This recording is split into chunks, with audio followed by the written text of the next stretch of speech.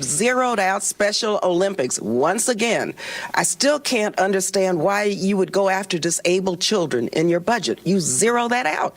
It's appalling. What is it that we have a problem with children who are in special education? Why are we cutting all of these programs over and over within this budget? This is about you prioritizing your agenda over students with special needs. I heard about it this morning.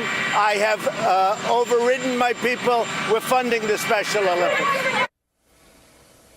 Well, the Education Secretary, Betsy DeVos, spent a lot of time on Capitol Hill fielding some heat, as you saw, from lawmakers about the budget and Special Olympics funding. The president saying this afternoon, well, he's overriding all of that. That's where we'll start. We'll bring in our panel. Fox News senior judicial analyst Judge Andrew Napolitano, Leslie Marshall, Democratic strategist, and Bill McGurn, Main Street columnist for the Wall Street Journal. You know, Bill, you've seen how the White House's work with budgets. I mean, it's a very detailed process, and you put your people out to defend what's on the paper, and then kind of shifts here today, late in the day. Right. Look, I think President Trump was smart. This was a political blunder. But let's put in the larger context. She was trying to cut the budget, which is very, very hard to do.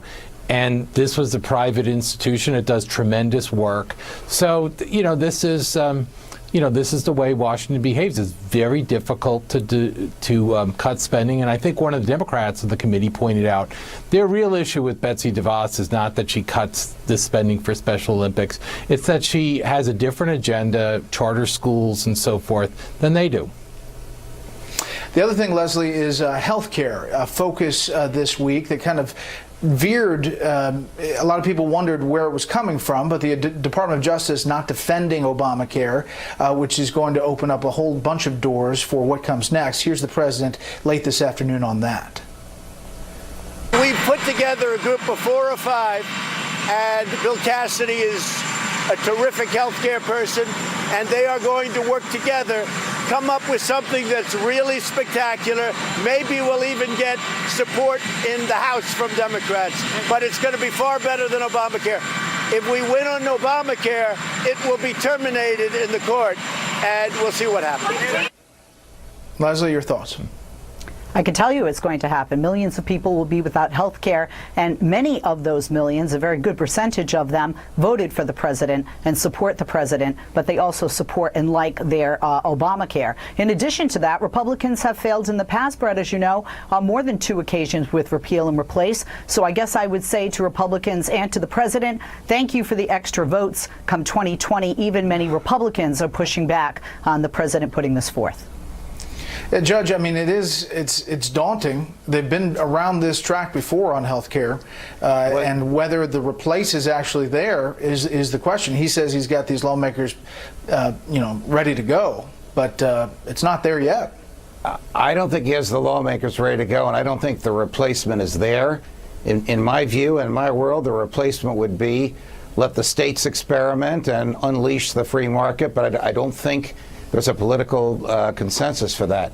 You know, the Obamacare case was saved by a thread, and the thread was the Chief Justice's unique observation that this is a tax, and the government can tax anything it wants. It can't regulate anything it wants, but it can tax anything it wants. When the Trump tax plan went through, they removed the tax aspect of this. So that which saved the constitutionality of Obamacare is no longer in there. That is at least the theory of the trial court in Texas, which I think will be upheld by the Fifth Circuit Court of Appeals in New Orleans. And then we're back before the Supreme Court, the very same statute, minus that which saved it in 2012, the tax. While I have you, Judge, Jim Comey, former FBI director, is out again with an interview with Lester Holt on NBC.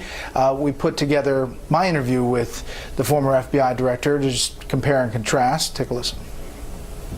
Did you inform the president-elect at the time what you knew about how it was funded or who was behind it? No, I did not. Did you inform him that Christopher Steele had been fired by the FBI? No.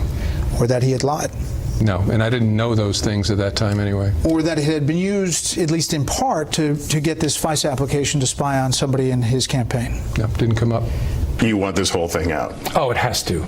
Because the bedrock of the Department of Justice, which Bill Barr loves and Bob Mueller loves and I love, is that people have faith and confidence that it's not part of a political tribe. So he's talking about the special counsel's report, wants the whole thing out. Your reaction, Judge?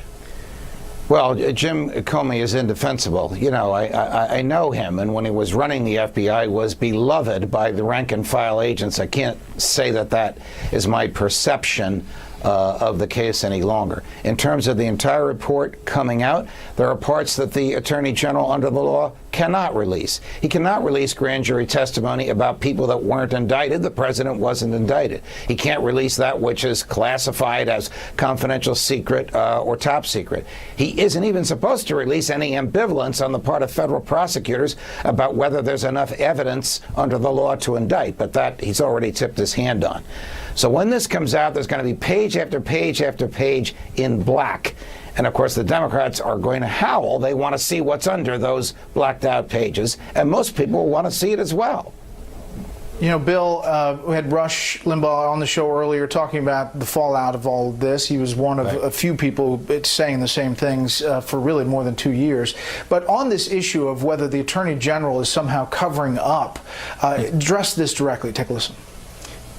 Pelosi and the rest want us to believe that Barr is lying about what's in this report, that there is evidence of collusion in this report. If that's true, what must they think of Barr? What must they, and where is Mueller saying, hey, wait a minute, Barr is lying about this. I found collusion. I found obstruction. It's in my report. Mueller isn't saying that. Fair point, Bill. Yeah, look, I have three things that I think are relevant to this. One is I want as much of this report as public as possible. Maybe it can't be all of it, but I think the American people should see most of it. Second, I also want all the other stuff out. I want the FISA warrant information, all the other stuff. Let's see the whole story about how the FBI behaved. And third, you have to ask, what kind of show was James Comey running? A lot of the people around him have been replaced by Christopher Wray, and you have Andrew McCabe possibly facing perjury charges for the IG reports. We also have a pending IG report on the FISA warrants and the leaks, so a lot more could come out. There's a U.S. attorney looking at it. The intimation is that he's going before a grand jury. I'm not sure that the FBI is going to come out of that looking very good. Yeah, last thing, Leslie, wrap up here. Do Democrats want to stay on this road and really hit this hard, or do they want to move on to health care and other things that they think they have good footing on? I think it depends which Democrat you ask. If you look at people like Speaker Pelosi and even Adam Schiff, even though a lot of people are angry with him lately, they have always been saying with regard to impeachment, when the report comes out, there's going to have to be a bombshell. We're going to have bipartisan support. There's been no bombshell. There would not be bipartisan support. And I even said a lot of the Democrats, myself included, don't think impeachment's the way to go. And that faction of the Democratic Party really doesn't want to proceed with investigation after investigation after investigation, although they do have a responsibility in Congress to have proper congressional oversight of the executive branch, of the president, and I think they want enough investigations to dot those I's and cross those T's. Panel, thank you very much.